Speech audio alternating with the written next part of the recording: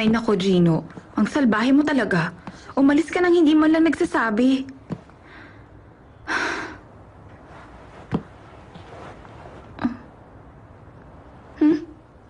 Little Gino, anong ginagawa mo dyan?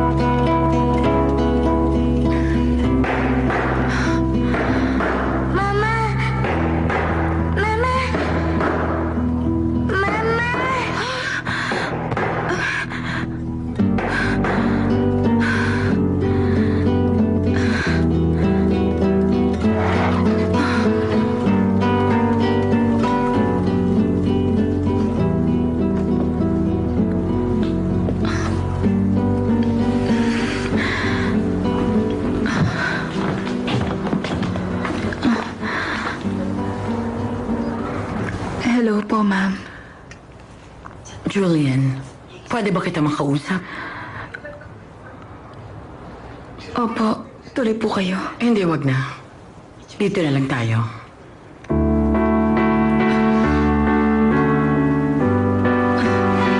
Ano ito, di ba? Ano ba talaga nangyari? Anong nangyari? Paliwanag mo nga sa akin. Sir, halika nga sandali lang. Ano ba nangyari sa inyo? Aberya na to.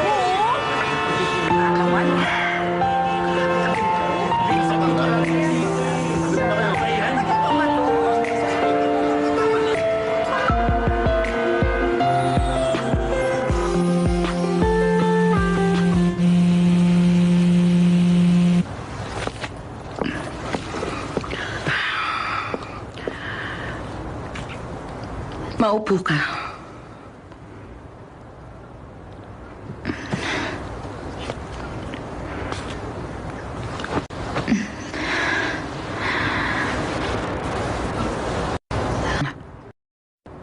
Hindi na ako magpapaligoy-ligoy. Dapat mong malaman kung ano ang nangyayari kay Gino. Ha? Hindi mo alam? Kasalanan mong lahat. Paano mong hindi malalaman yun? Nang dahil sa'yo, pinalaya si Gino sa opisina nila. Bakit hindi mo alam yun? Hindi niya alam. Napakabata pa niya. Naku, kasalanan niya kung bakit namatay ang mama niya. Hindi ko alam. Julian.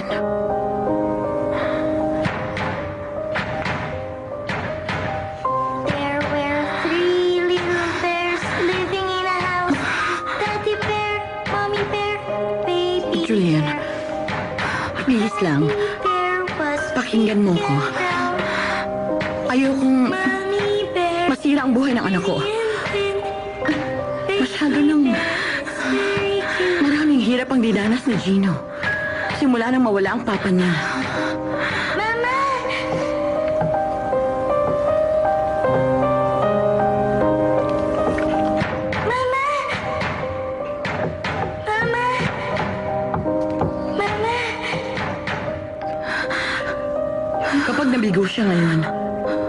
Baka hindi na siya makabangon.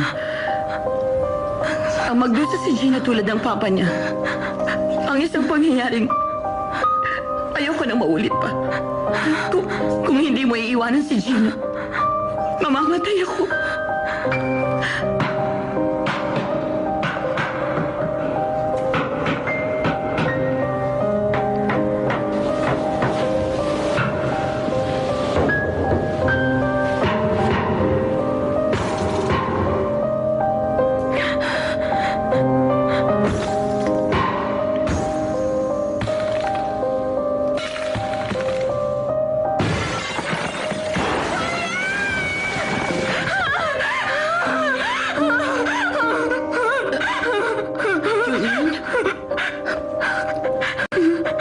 Julian, I'm sorry.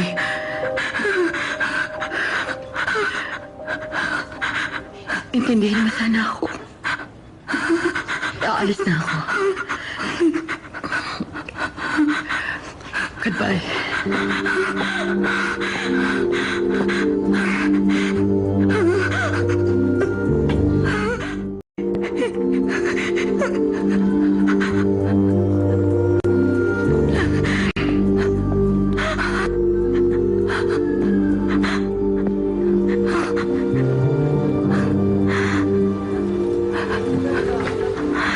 Bakit ka umiiyak? Yun po ba? Ang dahilan? Ako ba? Ang may kasalanan? Kaya hanggang ngayon, galit kayo sa akin.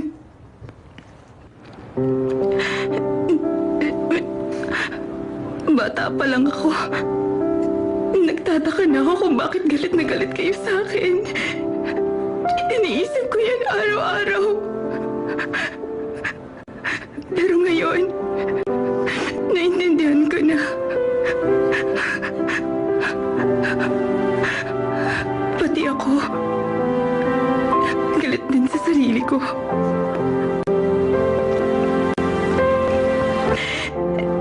Dahil akong pumatay sa sarili kong ina. Julian, anong ibig mo sabihin?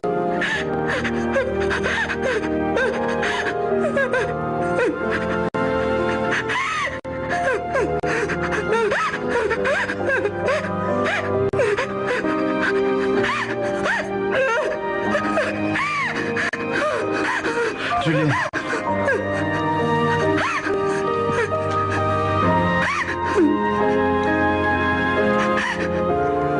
At sino ka naman? Hayaan niyo ako magpakilala. I'm Gino John. Umalis ka na. Julian? Okay ka lang? Tama. Naaalala ko na ngayon. Maganda ang sikat ng araw ng mga panahong yun. Tumingin ako nun sandali sa langit. Nang bigla na lang, panandaliang nawala si Mama. Mama. Mama. Gusto ko lang Mama. naman na mapansin ako ni Mama. Gusto ko lang na makipaglaro siya sa akin. Natingnan niya ako. Pero hindi man lang niya ako kinikibo.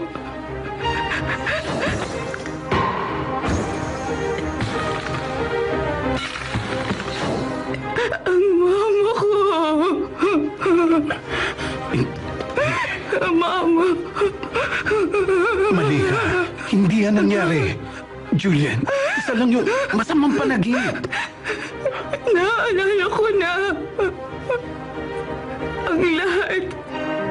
Si Mama. Nakita ko. Nakangiti siya sa akin.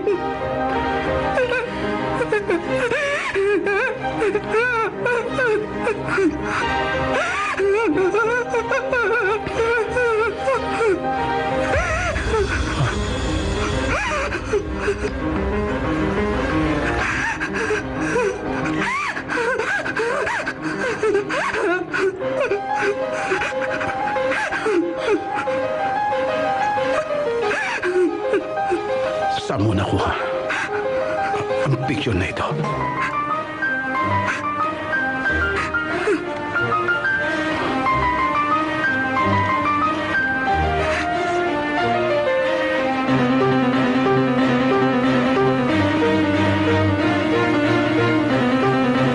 Huwag mong sabihin, binuksan mo ang basement. Yes, sir. Ba't mo ginawa yun? Anong karapatan mo para buksan yan? Get out! Lumayas ka na! Sige na! Lumayas ka dito!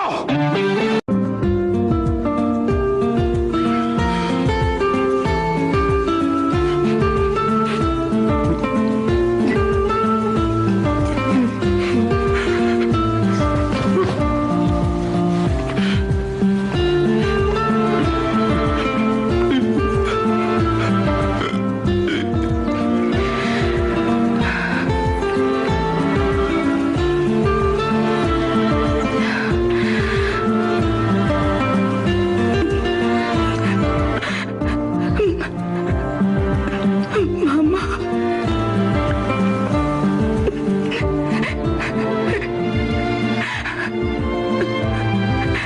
Kasalanan kong nangyari kay Mama.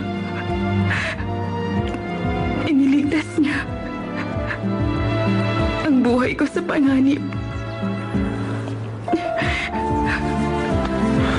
Tama na yan. Alam ko na kung bakit galit na galit sa akin si Papa. Kung ako siya, magagalit din ako sa anak ko. Hindi ko rin gugustuhin na makita pa ang anak ko.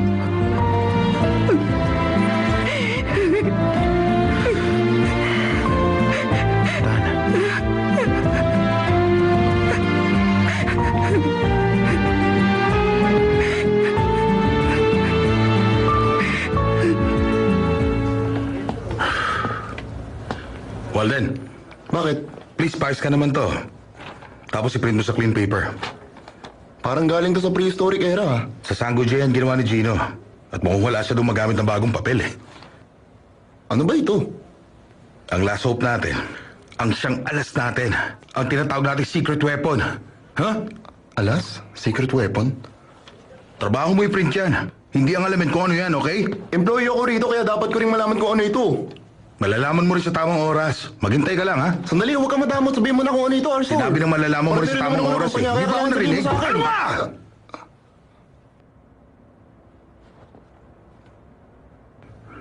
Tumigil ka na, ha? Ha? Okay. Umayos ka.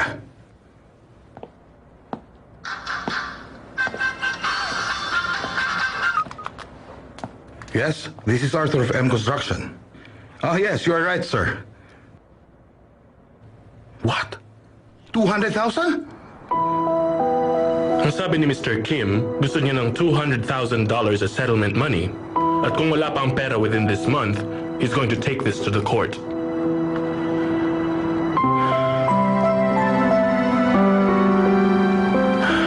I'm sorry, Gino.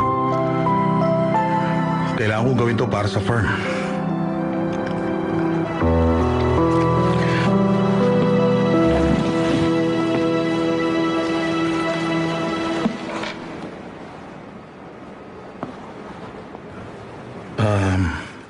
Yan po yung design na ginagawa namin para po sa preliminary judging ng project. Director Choi, I'm hoping na titignan niyo yung design ng blueprint na yan. Alam ko naman po na labag ito sa rules pero kung mabibigyan niyo po kagad kami ng feedback, maaari pa namin i-improve yung blueprint to better suit your taste. Alam ba ito ni Mr. John? Of course, yes. Ang sinabi po sa akin ni Mr. John, matutulungan niyo raw kami. So please, Director Choi, we really need your help. Sana po matulungan niyo kami, Director Choi. So your name is Arthur No? Yes, Gino John I know would never do anything that is against the rules. At yun ang nagustuhan ko sa pagkatao niya. Or mali pala, ang pagkakakilala ko kay Mr. John. Hindi po, sir. Ano kasi... Take it. Ang totoo po, malaki po ang problema ng firm namin. You're right. Ako lang nagdesisyon tungkol sa bagay na to. Walang alam si Gino. Director, please help us.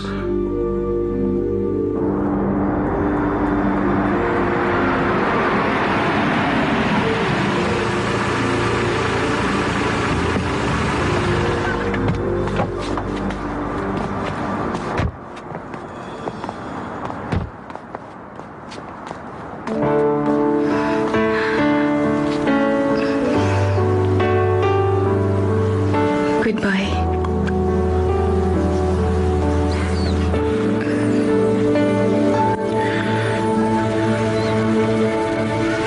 Sadyang walang Julian, ligaya at saya. hindi ko alam kung anong dapat kong sabihin sa ganitong sitwasyon. Mamahal natin ang Pero wag na wag mo sanang kalilimutan.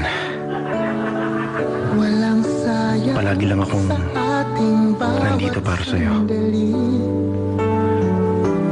Ang totoo, hindi ko alam kung nakatulong yan. Alam mo, mabuti nga at nandyan ka palagi para sa akin. Tila ba walang Sa tuwing naiisip ko yun, sumasaya na ako. ay di na matapos pa. Akong ibigin ka kailan pa man. Ayokong makikita kang nasasaktan. At nais ko Julian, hindi makitid ang utak ko para hindi maintindihan ang ginagawa ng mga kabataan. Nagsama kayo kahit hindi kayo kasal. Si Gino, pumayag ako na umupa siya ng isang kwarto. Nagpaupa ka ng kwarto? Hindi pa tayo tapos, Julian. Magpahinga ka na.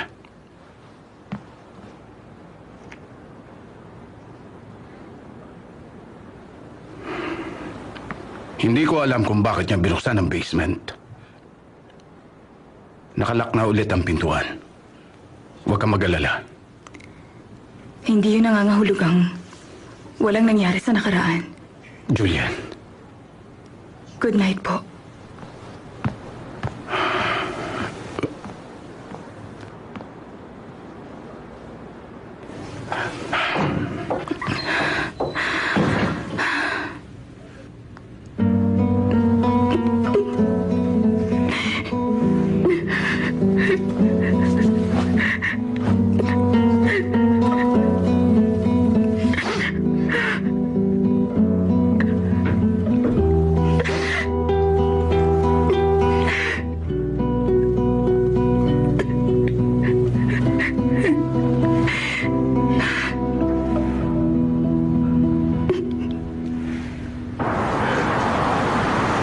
Thank you very much.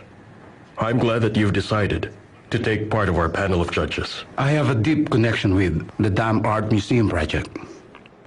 Kaya naman nagdesisyon ako na mag-participate sa judging process. Pero hindi ko alam kung makakatulong ako. Have a seat. Pupunta ka ba ngayon sa museum? Teka, Gino, sandali lang. Kasi dinala ko yung design mo. Ipinakita ko kahapon kay Director Choi. Aling design? Yung Dam Art Museum blueprint.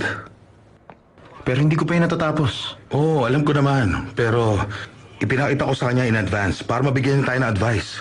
Ano tinutukoy mo? Ano ba, yung blueprint na nasa loob ng black container yung tinutukoy ko. Inuwan ko na yung kay Director Choi. Arthur, ipinakita mo sa kanya yung blueprint na yun? Oo, alam ko namang hindi ka matutuwa sa ginawa kong yung Gino. Pero dinala ko na kagad yun sa kanya. Para naman mapansin at mag-stand out tayo sa judging. Ay, hindi naman akong gumawa nun. Sinong gumawa ng blueprint? Si Mr. Ronald Park. Ang papa ni Julian. Sandali. Paano namang nangyari na si Professor Park ang gumawa ng design na yon? O, dito ka lang. Huwag mo akong pigilan, kukunin ko yung blueprint. Ikaw ang may kasalanan ko, bakit ko ito gagawin?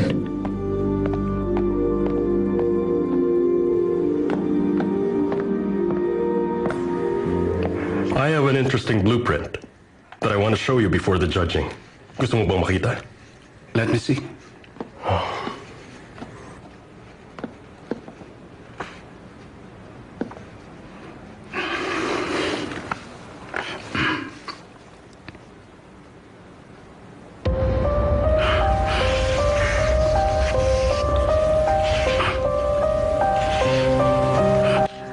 Hello.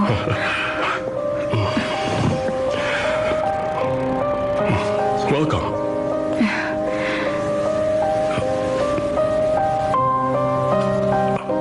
Ano? Julian? Anong ginagawa mo dito? Come in. Thank you. She's the one in charge of decorating our children's lounge. Have a seat. Thank you. I see. Since your father is here, bakit hindi na lang tayo sama-sama mag-lunch? You must be surprised that your daughter is working here in our museum. Marami pa siyang dapat matutunan. I hope she's not a burden to you, Director. Not at all. Julian is doing an amazing job, and we're lucky to have her here. Actually, proud ako sa sarili ko for noticing the potential that's inside her early on. Maraming salamat sa pag-guide sa kanya. Sandali. Sinong gumawa? Sinong gumawa ng blueprint? It was made by Mr. Gino John of M Architecture. Well, I don't know if you've heard about it, but Julian and Gino are dating. Mukhang may relasyon sila. Anyway, Gino is an amazing designer and architect. Mr. Gino John is here, Director.